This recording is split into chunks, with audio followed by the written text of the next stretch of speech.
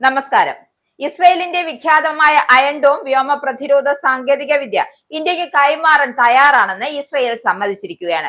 പ്രധാനമന്ത്രി നരേന്ദ്രമോദിയുടെ ഇസ്രയേൽ സന്ദർശനത്തിന് മുന്നോടിയായാണ് സുപ്രധാനമായ ഈ പ്രഖ്യാപനം ഉണ്ടായിരിക്കുന്നത്.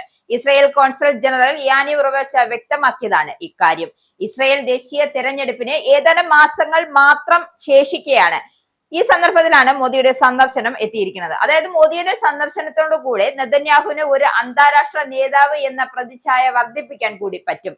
ഇക്കാര്യം വിദഗ്ധർ ചൂണ്ടിക്കാട്ടുന്നുമുണ്ട്. എന്തായാലും ഗാസ യുദ്ധം ഇസ്രയേലിനെ ലോക രാജ്യങ്ങൾക്കിടയിലെ മിത്രങ്ങളുടെ എണ്ണം ഗണ്യമായി കുറച്ച സാഹചര്യത്തിലാണ് ഈ ജനപ്രീതി കൂട്ടാൻ വേണ്ടിയിട്ട് മോദിയുടെ സന്ദർശനം കൂടി ഉണ്ടാവുന്നത്. മോദിയുടെ സന്ദർശനം രാജ്യം എന്ന നിലയ്ക്ക് ഇസ്രായേലിന് തന്ത്രപ്രധാനമാണ്. അതുകൊണ്ട് തന്നെയാണ്.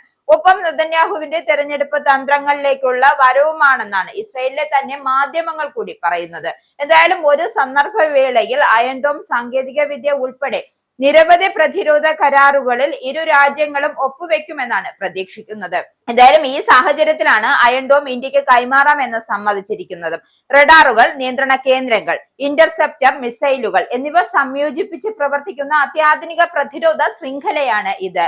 Rafale advanced defence system Israel aerospace ഇൻഡസ്ട്രീസും ചേർന്നാണ് ഈ സംവിധാനം വികസിപ്പിച്ചെടുത്തത്. ശത്രു രാജ്യങ്ങൾ തൊടുത്തുവിടുന്ന റോക്കറ്റുകൾ, മോർട്ടാർ ഷെല്ലുകൾ, ഡ്രോണുകൾ എന്നിവയെ ആകാശത്ത് വെച്ച് തന്നെ കണ്ടെത്തി തകർക്കാൻ അയൺ ഡോമിന് ശേഷിയുണ്ട്.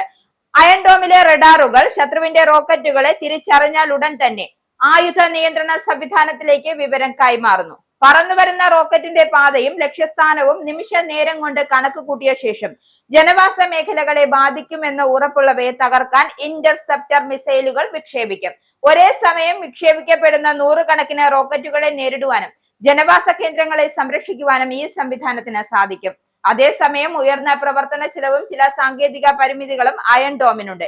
ഇസ്രായേലിന്റെ വ്യോമ പ്രതിരോധ സംവിധാനത്തിലെ ആദ്യ പാളിയായാണ് ഇതിനെ കണക്കാക്കുന്നത്. ദീർഘദൂര ബാലിസ്റ്റിക് മിസൈലുകളെ നേരിടാൻ ഡേവിഡ് സ്ലിംഗ്, ആരോ സിസ്റ്റം തുടങ്ങിയ മറ്റ് അത്യാധുനിക സംവിധാനങ്ങളെയാണ് ഇസ്രായേൽ പ്രധാനമായും ആശ്രയിക്കുന്നത്. ഒരേ സമയം അതിശക്തമായ മിസൈൽ ആക്രമണം ഉണ്ടായാൽ ചിലപ്പോഴെങ്കിലും അയൺ ഡോമിന് വെല്ലുവിളികൾ നേരിടേണ്ടി വരാറുണ്ട്. എന്തായാലും ഇന്ത്യക്ക് അയൺ ഡോം കിട്ടുന്നത് ഒരു പ്രതിരോധ വിജയം കൂടി തന്നെയാണ്.